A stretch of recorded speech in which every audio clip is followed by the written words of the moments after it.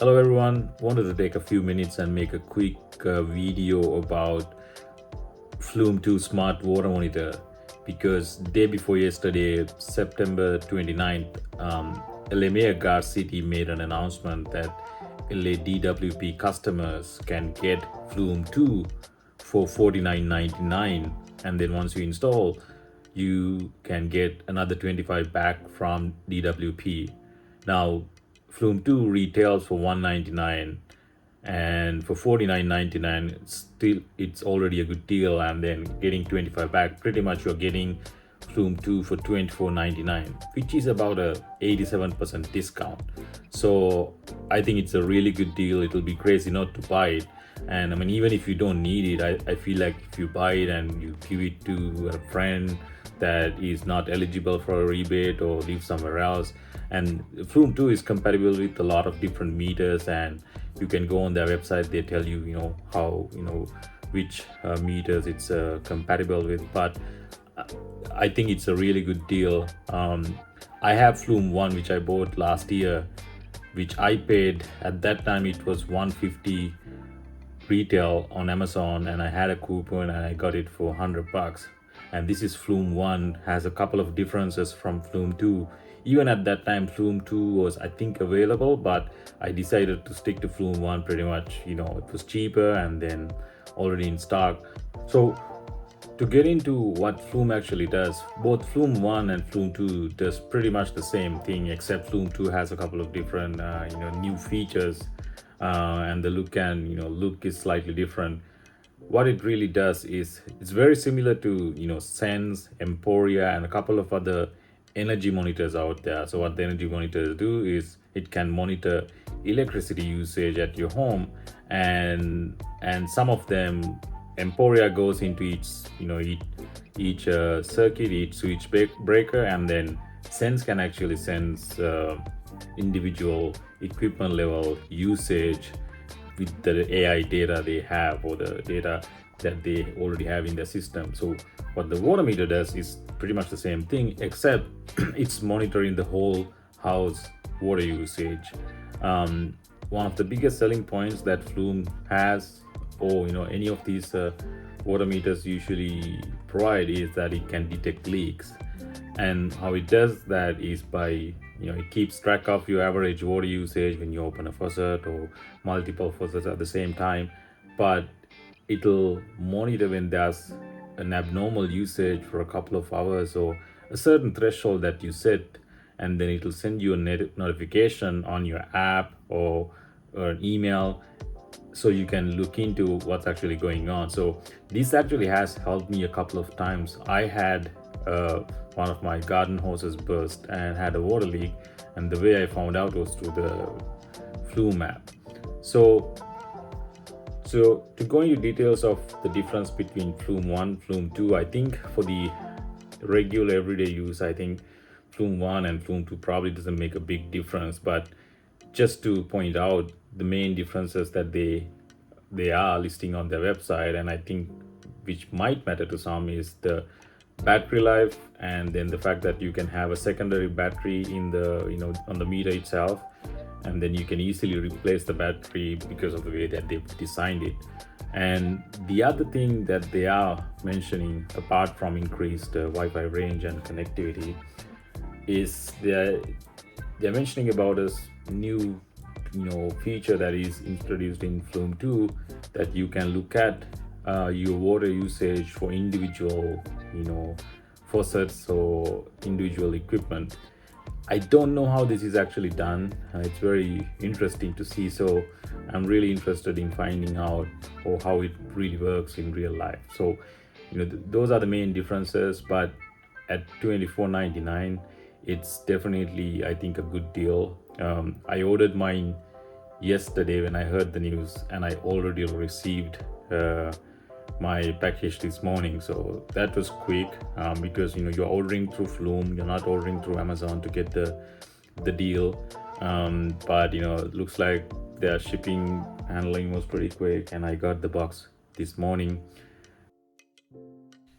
Next, I want to share briefly on how Flume data is displayed, whether it's an email or whether it's something you check on your app or on the Flume portal. As far as email notifications, there are different kinds of notification, different types of notifications. If there's a leak, you get an email just very briefly letting you know about the leak, what time, how long it has been happening.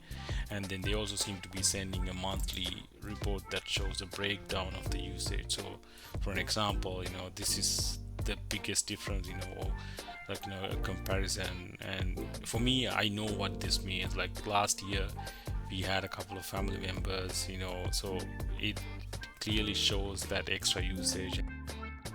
And the other type of notification they send is if the Wi-Fi connectivity has been lost or disconnected or comes back online. It also shows those type of notifications as well. So the same notifications that you see or you receive through email, you can also get on the Flume app, or if you visit the portal. If you visit the website or the portal, there's a notification bell icon that usually lists all the notifications. And it's another shortcut to see details behind each notification. It will take you straight to that snapshot of the data. And then if you go into looking at the primary dashboard or the main homepage, it shows all the data, and then it also shows real-time usage. If someone was using a faucet at this time, it would show up on this top bar, and it will show you if there's a leak, or it also shows a summary of the weekly usage as well. And if you want to look at your historical data, you can look at monthly, hourly, daily, or annual usage. So if I were to look at last year, since I started using the device since June, this is pretty much monthly. I seem to be averaging about 5,000 gallons a month, which seems to be pretty high.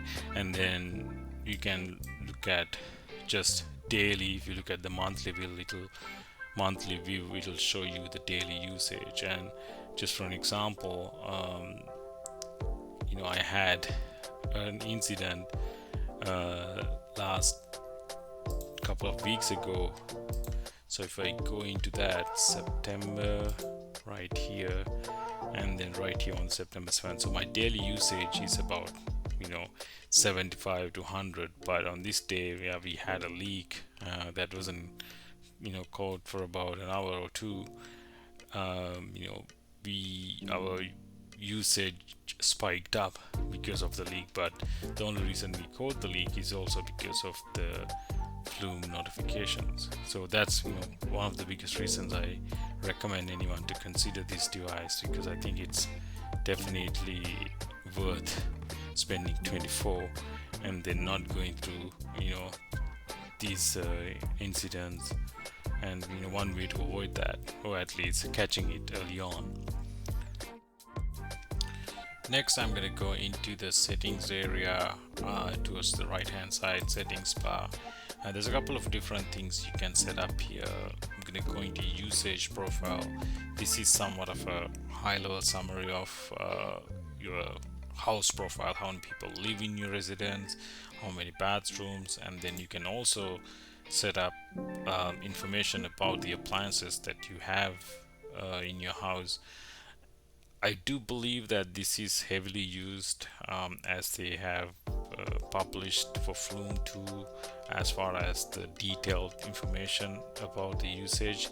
I think this is probably used for that. I don't know whether this is heavily or used for Flume 1 data, but this is where you set that up. And then also you can turn on, turn off the notifications for email notifications. And then usage alerts, this is where you define the thresholds on when you need to be, or when you want to be notified if there's a alert, if you want to, how soon you want to catch it. And then shared access, pretty much just like most other apps of this type, you can share access with other people, so they can also log in and access app data without sharing your credentials. And then meat accuracy check, I think this is primarily used to make sure you fine tune or calibrate your device with the actual water meter. And very simple, just a couple of different things, pretty straightforward. I do plan to install mine pretty soon and see how the process would be to add that. Pretty much I want to see whether I can replace my existing meter with this and kind of continue the data rather than having to add this as a separate house. Thank you everyone for watching my video. I'm not a big YouTuber, as you can see. This is my first video, but I thought I'd make that video just for the person that's out there trying to make a decision and wondering whether they should buy it or not. And I'm hoping I was helpful. Maybe if people like, maybe I'll make a video once I get the Flume 2 installed, and I'll do a small product review about the product Flume 2 as well. So once again, thank you for watching my video, and thank you for your time.